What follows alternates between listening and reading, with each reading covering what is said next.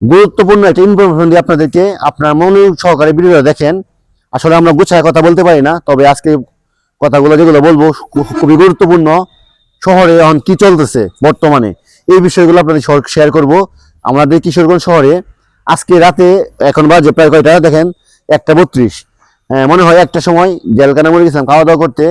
তো আমার সাথে এক বড় ভাই আছে জাহাঙ্গীর ভাই, 2 ভাই মিলে গেছিলাম খাওয়া দাওয়া করতে। খাওয়া দাওয়া শেষ করে যখন আমরা রিক্সা ড্রাইভারকে জেলখানার মোড় থেকে বলি যে আমরা যাবো হচ্ছে পুরান থানা, তখন মামা বলতেছে যাবে। তারপরে আরো সাথে 1-2 জন উঠছিল। তারপর মামাকে বললাম যে মামা, মামা একটু আসেন তো আপনাদের সাথে একটু কথা বলি। আজকে কিন্তু আপনার সাথে একটা বাস্তব কাহিনী নিয়ে আপনাদের সাথে কথা বলতেছি। তো কেন মামা আমাদেরকে নিয়ে আসতে চাইছিল না, এই বিষয়গুলো আজকে মামার কাছে শুনবো। আমরা বলছিলাম যে আমরা ওই দিক দিয়ে ঘুরে আসার জন্য, পরে এই নগ্য দিয়া, তারপরে মামা বলতেছে না এই দিক দিয়ে আসবো না, খয়বতনগর দিয়ে আসবে। যেহেতু মামা লাইনে গাড়ি চালা, তো মামার মুখ থেকে শুনি যে কেন সে আসতে চাইলো না, আর বিস্তারিত বিষয়গুলো কি কি বলে আপনারা একটু মনোযোগ দিয়ে শোনেন। আর ভিডিওটা অবশ্যই সবাই শেয়ার করে রাখবেন, এগুলো জিনিস সবার জানার দরকার। মামা আজকে আপনি বলছিলাম যে এই দিক দিয়ে আসার লাগিয়া, আপনি কেন আসতে চাইছিলেন একটু আমাকে বলেন বিস্তারিত। এই দিক দিয়ে আসতে চাইছি না, যার কারণ মনে করেন আপনারা দুইজন ভদ্রলোক, আপনাদের গায়ে কোনো লেখা নাই যে আপনারা ভালো না খারাপ। জি।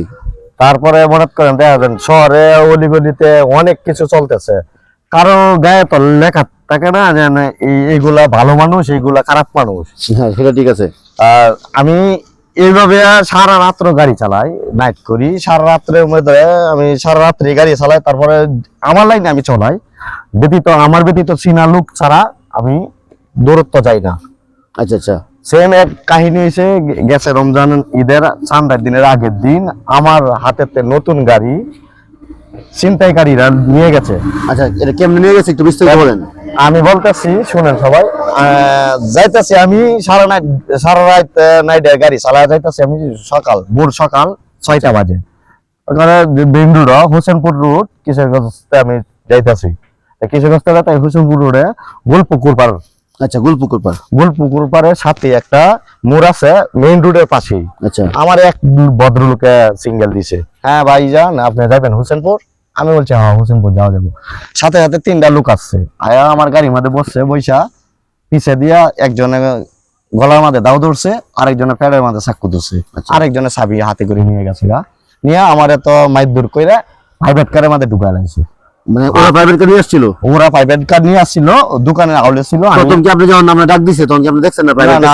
আমি ফলো করতে পারছি না, যখন আমি দাঁড়ায় পড়ছি লুক উইটা পড়ছে, তারপরে তো আমি না প্রাইভেট কার আছে, যার কারণে আমার এরকম ভাবে প্রাইভেট কারে নিয়ে ঢুকায় লাইছে। প্রাইভেট কারে ঢুকায় লাইতে পরে হেরার লুকে 6 জন লোক ছিল, 5 জন আমার সাথে গেছে প্রাইভেট কার দিয়ে, আর হেরার একজনে আমার গাড়িটা নিয়ে চলে গেছে। আপনি কোনো প্রতিবাদ করেন নাই বা কোনো কিছু চিল্লাচিল্লি কিছু করেন নাই? এনা পাশে কারো পাইছি না, প্রতিবাদ করব, হয়তো আমার আহত করব বা হেরা টার্গেট এটা নিয়ে যাবো। আপনার যে গাড়ির ভিতরে নিছিল পরে কি কোনো আরো আমার গামছা দিয়ে হাত বাঁধছে, পা বাঁধছে, মুখ বাঁধছে, আরো ভিতরে অনেক কাহিনী হয়েছে, ভিতরে ঘুষাঘুষি হয়েছে। আচ্ছা। একটা গাড়ি ভাই অনেক জনে কষ্ট করে ওরে, আমাদের মতন গরিব মানুষ, একটা ফ্যামিলির মধ্যে 5 জন কাউই আছে, এই 5 জন কাউই আছে, একটা গাড়ি কিস্তিতে নিচ্ছে, এই কিস্তি চালাইবো না 5 জন টাকা পাবো। এই গাড়িটা যদি একটা সুরে নিয়ে যায়, এই ফ্যামিলিটা কি অন্ধকার হয়ে যায়। বাঁচার তাকে মরে যাওয়া অনেক ভালো।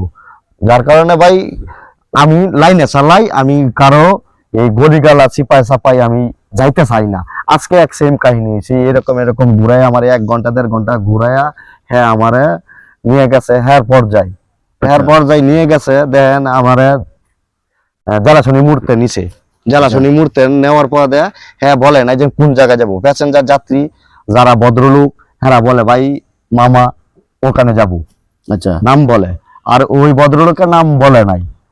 আইলাম, আয়া 13 ফুটি আইতে বলতেছে ঘুরাও, আমার তো রাস্তা পেঁচ লাগিয়ে গেছে। আচ্ছা আচ্ছা। আমি আবার ঘুরাইলাম, কোথায় নিউটাল যাবো, গেলাম নিউটালের রুটে। বড়বাজার ধানমলা যাইতে কোথায় না নিউটাল যাওয়া লাগবে না, সোজা যাও। গেলাম সোজা মণিপুর ঘাট। আচ্ছা। মণিপুর ঘাট যাওয়ার সাথে সাথে আশ্রম আছে একটা, না আশ্রম মন্দিরের পাশে এক রুমের মধ্যে গিয়ে ডাকা শুরু হচ্ছে। ওই লোক আর আসছে না, 2 মিনিট 3 মিনিট অপেক্ষা করছে। পরে বলতে মণিপুর ঘাট যাও। গেলাম মণিপুর ঘাট যাওয়ার পথে বলতেছে কত 32 বাস স্ট্যান্ড যাও।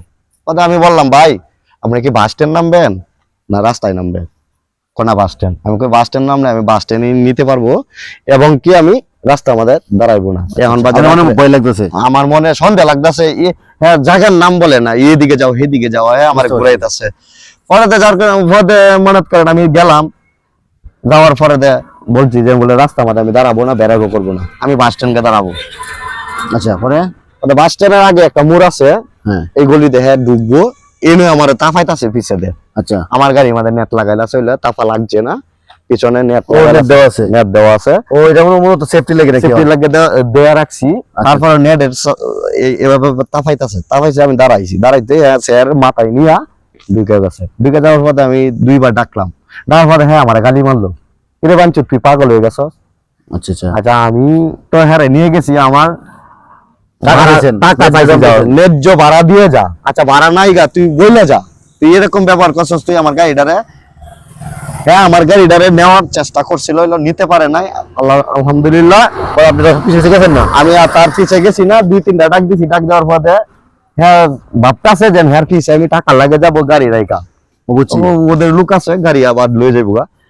পরে আমি টাকা লাগে স্টিয়ারিং এ নামি নাই, না নামে হ্যাঁ গালি গালাজ করে আমি আমার মতে আকরা বাজার আইসা পড়ছি। তো আপনারা তো বুঝলেন কাহিনীটা। বর্তমানে কিন্তু এরকম ঘটনা অহরহ ঘটতেছে। অনেকে কি করে, অটো লোকের ড্রাইভারের বলে যে টাকা লেগে যায় ভাড়া আনতে, পিছন দিয়ে গাড়ি নিয়ে যায়। আর একটা জিনিস আপনাদেরকে দেখাই, দেখেন এদিকে রাখেন একটু ক্যামেরা নিয়ে, এই যে বাইক কিন্তু এখানে বসে এখানে নেট দিয়ে রাখছে, না হয় কিন্তু আপনার এই যে হাত দিয়ে গরমে চাইপে ধরে গামছা দিয়ে যে কোনো সময় দুর্ঘটনা ঘটতে পারে। এই জন্য বাইক কিন্তু নেট দিয়ে রাখছে, কারণ একবার কিন্তু একটা ধাক্কা খাইছে বা একটা ঘটনা ঘটছে, তার সাথে বড় ধরনের একটা ঘটনা ঘটছে, তার ওষুধগুলো নিয়ে গেছিল। এখন এরকম যদি হয়, আমরা প্রশাসনের দৃষ্টি আকর্ষণ করছি, আপনারা অবশ্যই এই বিষয়গুলো একটু নজর দিবেন। অলিতে গলিতে একটু নজর দিবেন, কিশোরগঞ্জ শহরে আশেপাশে গলিগালায় সব দিক দিয়ে একটু আপনাদের যে সোর্স দিয়া কিভাবে এগুলো নিয়ন্ত্রণ করা যায় সেই ব্যবস্থা নেবেন। তো আমরা আজকে আসছিলাম, দেন একটু ক্যামেরাটা আমার সাথে, তো আমার সাথে আছে জাহাঙ্গীর ভাই। তো বাইকে নিয়ে, যেহেতু বাইক কালকে চলে যাবে, চিন্তা করলাম পরে বাইক গাজীপুর চাকরি করে, ওইখানে চলে যাবে, এই জন্য আমরা রাতে গেছিলাম খাওয়া দাওয়া করার জন্য, দোকান ক্লোজ করে। তারপর আমাদের সাথে এরকম ঘটনা ঘটলো, চিন্তা করলাম আপনাদেরকে একটু শেয়ার করি। কারণ এই যে ভাই কিন্তু না আসার কারণ এটাই, যদি আজকে তার গাড়িটা নিয়ে যেত, বা আমরা যদি তার এরকম, আমরা তো এরকম হইতে পারি, ঠিক আছে। উনি তো আর জানে না। এই জন্য ভাই কিন্তু ওই দিক দিয়ে আসতে চাই নাই। পরে 4-5 জন আসছিল দিকে, পরে আবার ওই দিক দিয়ে আসছে, সবাই নামায় দেয়া। আমরা এই যে এখন আকরাবাজার ব্রিজে আছি, ওইখানে আইসা এই যে লেকপার বিভিন্ন জায়গায় কত ক্রাইম হয়, এইগুলো কিন্তু আপনার প্রশাসনের নজরে আনা দরকার। হ্যাঁ, আপনারা যারা অটো চালান, হ্যাঁ তারা সবাই সতর্ক হুঁশিয়ার। গাড়ি চালাবেন, সবাই হুঁশিয়ার ভাবে থাকবেন, সাবধানে থাকবেন। অনেক সময় ঘটনা ঘটে, অনেক জায়গায় শুনি যে অটোর মধ্যে কয়েক যাত্রী উঠছে, আর কয়েকটা পোলাপাইন তাপসায় তুফরায়া অনেক কিছু ব্যাকমেল করে, বা এবং কি মনে করে বলে ভাই আপনি নেন একটা সিগারেট, আমরা সিগারেট টাকা পকেটে থাকবো, আমরা কিনে খাইতে পারবো।